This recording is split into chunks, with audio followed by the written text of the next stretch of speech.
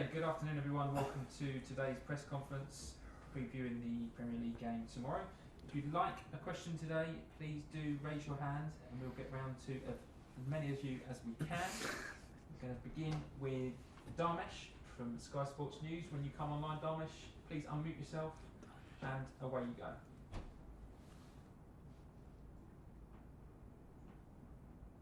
Hi there, Thomas. Hope you're well. Can we just start off with the team news, and if your selection will have one eye potentially on the FA Cup final on Saturday? No, we just have an eye on the players' workload and on the statistics that we have. Who is overloaded, maybe overloaded in high speed, and from that we will decide who's in a risk of injury. Everybody who is not in a risk of injury, we will be available for the game. Is not to manage the game on Saturday now. Now is the time to manage the game on Wednesday. We're in the middle of a race for top 4 and cannot judge games. I just want to ask you about, there's lots of talk on the Champions League venue for the game against Manchester City. Do you have a preference where you'd like that game to be played? No, absolutely not. The preference is to play it and to arrive wherever is necessary to arrive, and I can guarantee you that we will arrive. The good thing for me is that we have top guys who are on the subject in talks, I think, with UEFA and with everybody who is involved in that decision. And this is so good for me because the people know what they are doing, and then they will inform us when there is a decision to be informed about, and then we adapt to whatever it is. Thomas, it's been an incredible start to your managerial career at Chelsea. You received a great deal of praise for the job you've done. But I just wanted to ask you how much credit you feel is also due to your predecessor, Frank Lampard. Yeah, for sure. You can only arrive in a final. In FA Cup or in a final of Champions League if you make it to the group stage, and Frank had an amazing record in group stage of Champions League. He won all FA Cup games that were there to win, so this lays the foundation to arrive in the finals, and I will never forget it. It's like this, and there's this, we don't feel ashamed or any fear to speak it out loud. It's the way it is. And it felt like this in the first day when I came in here. I was well aware that Frank is created his own legacy here at Chelsea, well deserved as a player, and then he started to try to even make his legacy bigger as a coach. And still it had nothing to do with me, but we are well aware that we stepped in the half of the season and tried to fulfill the job that he has begun. Last couple from me, Thomas. Have you had any communication with Frank Lampard since you came into the role? No, just a message that I talked about very early in the first week, where he wished me all the best, and was a very, very nice and a very polite and a message that I was absolutely very happy about. It was and showed me that Frank is, like what you see from the outside, also inside, he is one of the legacies and one of the big players and the big figures, key figures of this club. And he resembles everything that you, when you think about Chelsea, you think about Frank Lampard and about his way, the way how he is, how he played football, and obviously that shows his character. And the message was exactly like this, and was a pleasure to receive. So we had this quick chat after 1-2 days when I arrived, but since then, no more. Just finally, with regard to Arsenal, does their position in the league surprise you? And as a fellow manager, can you allow yourself to feel a little bit for Mikel Arteta and what he's going through? Well, I know what I'm going through when I don't win, and when we don't win. This is the most horrible situation for any coach in the world. You can be very sure about this. No matter if you train in academy or in professional football, that will never change, or in amateur leagues, that will never change. It's the worst feeling. It's the worst feeling on the weekends or during a week. So this is pretty much the same for everybody. we are fully focused on ourselves. This is not on me to comment any situation. For me, Arsenal, if I'm surprised when I experience this league, nothing surprises me anymore, because anything can happen here. You can catch a streak, and you can get caught in any match if you're not fully aware on your top level. So this is what we signed up for, and this is where we are in the toughest competition in Europe, in Premier League. And well, this is a big match, because Arsenal is one of the biggest clubs in Europe still, and we will prepare for our best level, which we will absolutely need to succeed our run. Anita, PLP. Afternoon, Thomas. Hi. I know you touched on team news. I was just hoping for a bit of clarification, please. Mateo Kovacic, you said it might be tight for Arsenal. Is it looking like he could be ready for tomorrow? No, not ready for tomorrow. We have to postpone it to Wembley. The race, his personal race, is on to make it to the squad to Wembley. And equally, Andreas Christensen, how serious was his injury? It was better than we feared, much better. The images yesterday, so we hope also for one of the 2 Leicester games that he can come back. But will be also a tough one. But the season is not finished for him, hopefully. So we have realistic hopes that he can latest come back against Aston Villa. You touched on Frank laying the foundations before you came in, but Sure. When you look at the table, Chelsea were 9th when you joined. You're now 3rd with 3 games remaining. I just wondered, did you expect such a quick turnaround in less than 5 months? I'm not sure if you believe me, but I did not expect too much in any direction. I expected a tough challenge, and I felt the expectations of the club, and I was a bit concerned about the high expectations, but we did not at the same time limit ourselves with maybe too low expectations. So that's why normally I'm careful also myself to not lead to any direction with my own expectations, to let the things come to us and to dive into things and to concentrate on the process, and not to think too much where this all will end, because sometimes maybe you wish for too much, or you wish for not enough. Maybe you set the bar too low even with your expectations. So that's why normally I have not too many expectations when I start working with a team, and trying to put the bar higher and higher every day, and to take care about the process, and the results hopefully and normally take care about themselves. This is what we try. After Arsenal, of course, you've got the FA Cup final, and then a huge game against Leicester in that race for the top 4, and then of course you've got the Champions League final later in the month. Would you say these are the biggest 3 weeks of your managerial career?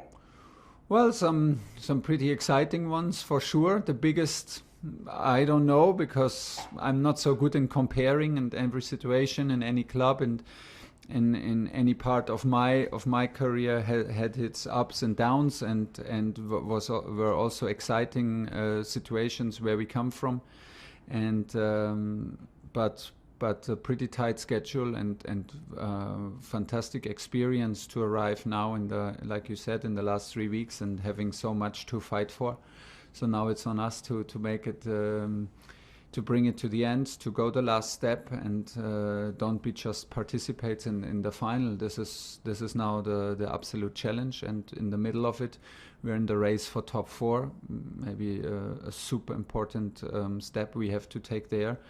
To qualify us for Champions League next season. So there are a lot of targets to reach, and it is exciting. It is demanding. It's also sometimes tiring, but overall, it's the best way to finish a season.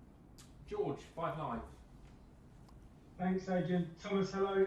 You mentioned the expectations there from the club. Surely they didn't expect you to make a Champions League final and an FA Cup final and be 3rd in the league after 5 months? Well, maybe they did not expect, but they did also not say we will not make it. So they did a change because they felt they needed a change, but they were very convinced about the quality and the mentality of the team. So this was the target to put everything out and let the players shine and push them to their limits. And we know very well that you need a little bit of luck and you need a momentum, and we catched all that. So we're in the middle of the race to top four, and like you said, we reached 2 finals. No, it was not the demand from the club from the first day. To me, it was not the expectation that we have to reach all this and fulfill all categories or whatever. But it was also not that anybody told me we don't care for any of these competitions. We agreed pretty soon that if we play with Chelsea any competition, we play the competition to win it. This club is built and this club is now built to win games and win competitions, win games consistently. This is what we agreed on in pretty much the first minute of our talks. And from there we tried everything, and until now we haven't won nothing. And it does not help if we talk about it. We have to play 2 finals, and we have to end up in the top 4. This is still the challenge, and it's not finished. Do you know how many clean sheets you've got in your 25 games? It's 18. I mean, how have you pulled that off, considering you're playing every 3 matches? How have you trained that with your players, coached your players to do that? We train it a lot, and if we train it, we train a lot in the video room, in video sessions, and sometimes 5 minutes is enough on the field to have an understanding of some details and of some situations where we can do maybe better or improve. And like I said, we do a lot in the video rooms, because you can also do training if the players are open for it, if they understand it, if they have a general understanding of how we want to defend. But it was an easy one. From the first minute of the first game, we defended very brave, very courageous, and with a huge solidarity in the team. So I had the feeling everybody was fully involved from the first minute of the Wolverhampton game, and that never stopped. It's a big team effort how we defend. It's a huge solidarity between everybody. It is allowed to do mistakes because there's always somebody there to cover.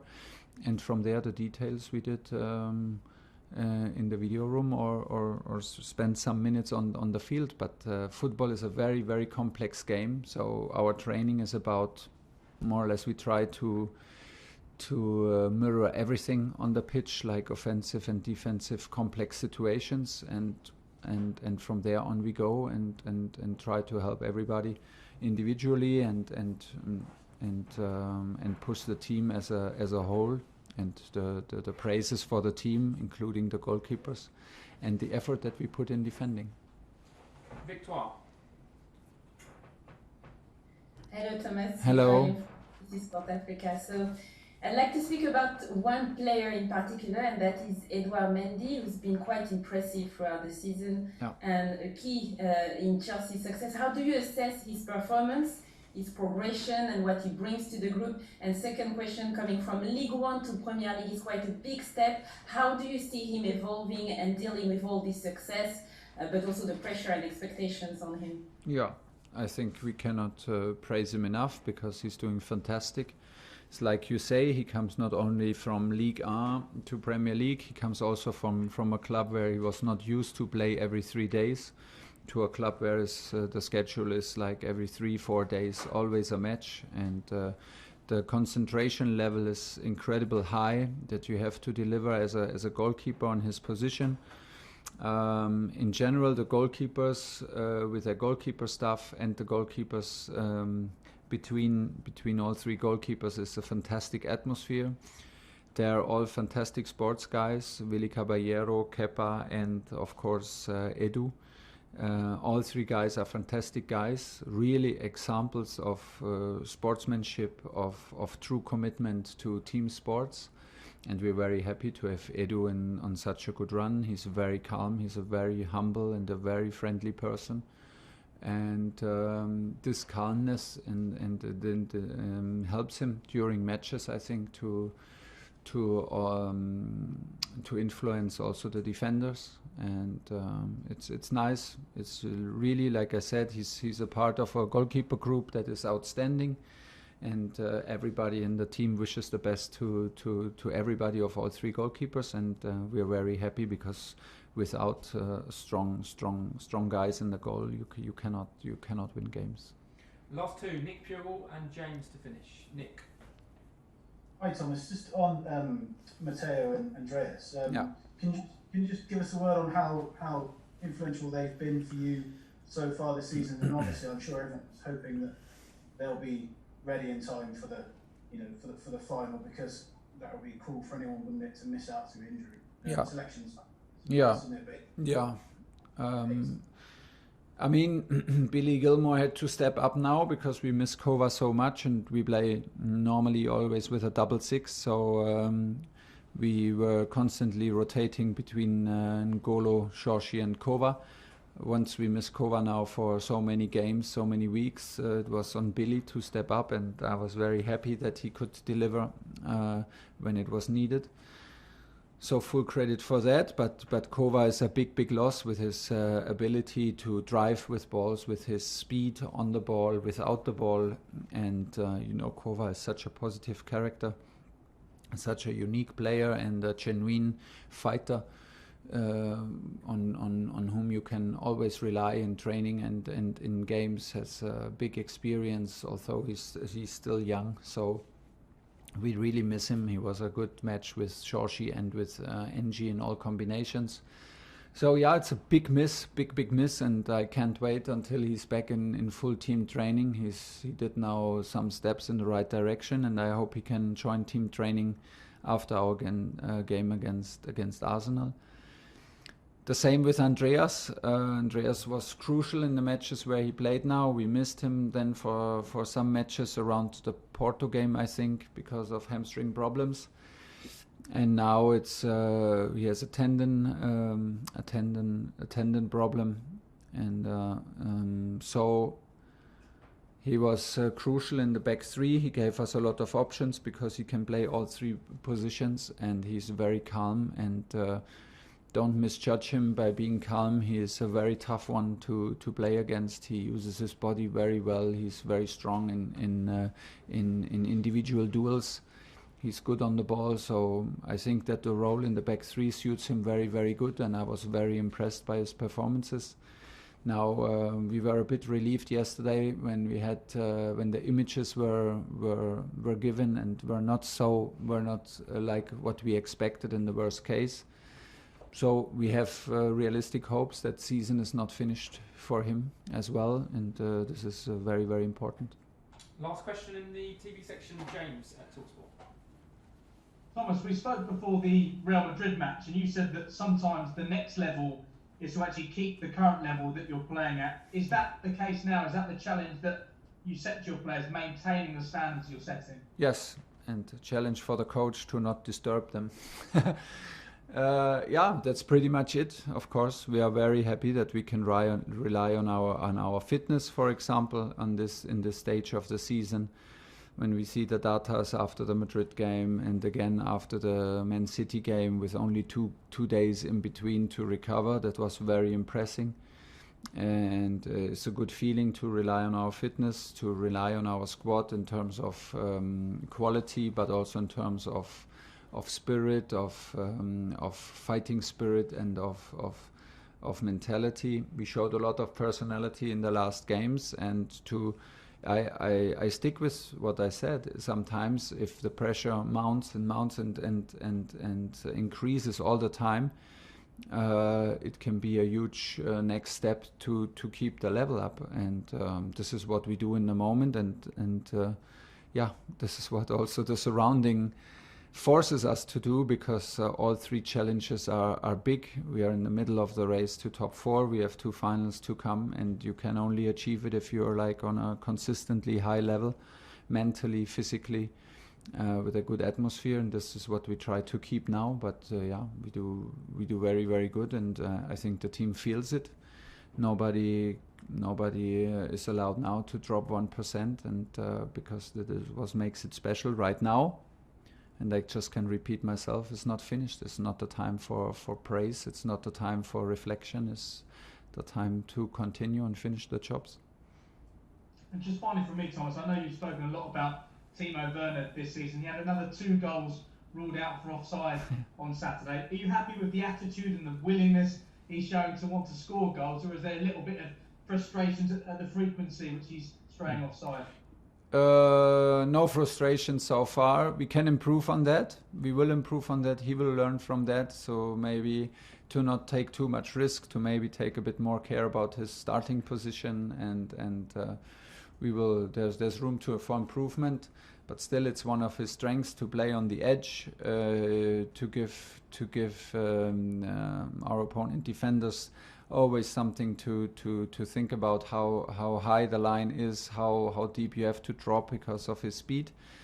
And don't forget, he was again the guy who gave the assist in the last minute, or in the last minute of extra time. So he was again directly involved with a short run, a one-on-one, and a good cutback. So this is for me the most important. He is involved in our chances, and still room, like I said, for improvement. That's the way you want it to have. Okay, that's the end of the broadcast section. We're now going to do the newspaper.